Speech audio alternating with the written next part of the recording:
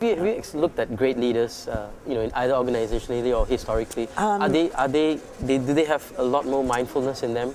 Yeah, I haven't looked at great leaders. I would assume yes, but what's interesting is that when we take ordinary people and they're given experiences with this kind of mindfulness, they're evaluated as more charismatic, more genuine, more trustworthy. So I would imagine that those great leaders indeed had this in common. And, when you look across at them, even physically, they bear very little in common. And so this is something that's available to everybody. So again, since people can notice when you're mindful, when you're there, and when you're there, you're feeling alive, and what you end up doing, which is another set of studies, all the products that you produce bear the imprint of this mindfulness. They're just better.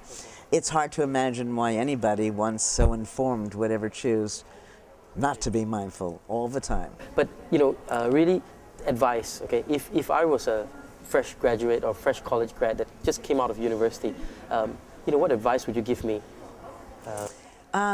Well, I would give you the same advice I'd give anybody, which is about the importance of being authentic.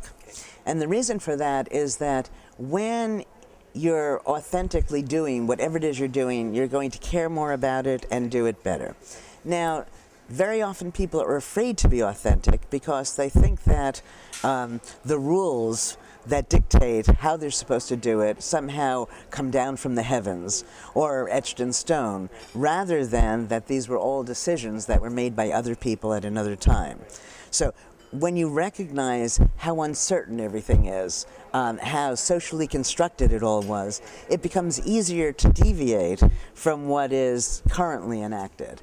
That if I think that all people for all time did it this way, that even if it feels like I'm trying to force a large foot into a small shoe, I'm going to do it. When I recognize that it was a decision to do it this way, and that means that there was some uncertainty, and that perhaps people at the time considered other ways of doing it, then I feel freer to do it my own way. When I do it my own way, I put more of myself into it. I do it better. I enjoy it more. People enjoy the product more, and so everybody wins. Now, if I was a CEO of a company or a leader of an organization, how do I create an environment, or what advice would you give me to create an environment that enables all my employees to be mindful, so that my organization can be mindful? That's going to cost you a lot for that advice.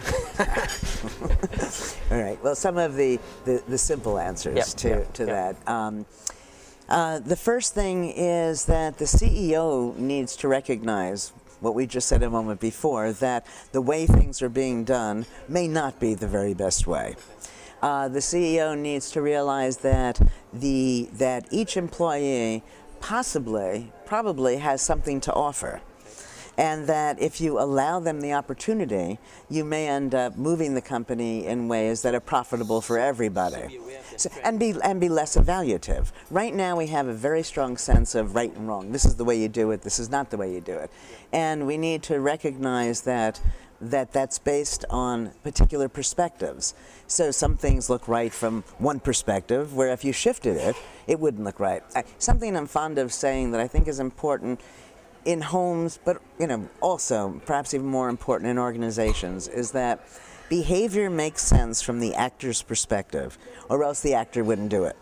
So that means every time you have employees that are behaving in ways that deviate from the way you think they should behave, rather than immediately firing them, reprimanding them, finding some way to squeeze them into that mold, you might want to recognize the behavior from their perspective. Why are they doing it that way? And that often leads to improvements that you can't imagine at the outset. I mean, if we had everybody, let's say people are making coffee cups, and you had everybody making it their own way. You say, oh my God, it would be chaotic.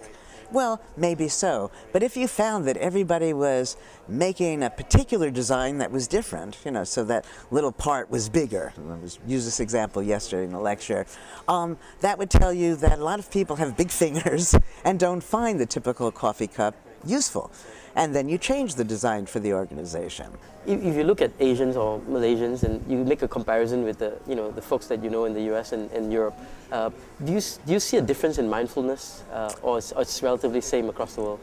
Well, actually, what I notice more and more is how similar people are across the globe. I remember years ago being in Hong Kong. And this was before everybody had all their gadgets, and you'd see people walking down the streets with 2 different cell phones. Now everybody has cell phones. Everybody is on the internet. Everybody's watching the same television programs. So I think that I'm more aware of the similarities and the differences. It's hard to notice other people's mindlessness.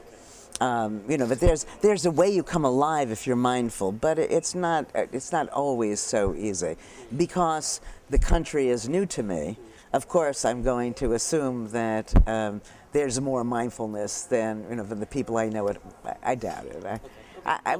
But I think that we may be on the verge of an evolution in consciousness for reasons that we don't have time to go through now, where everybody across the globe is becoming more mindful.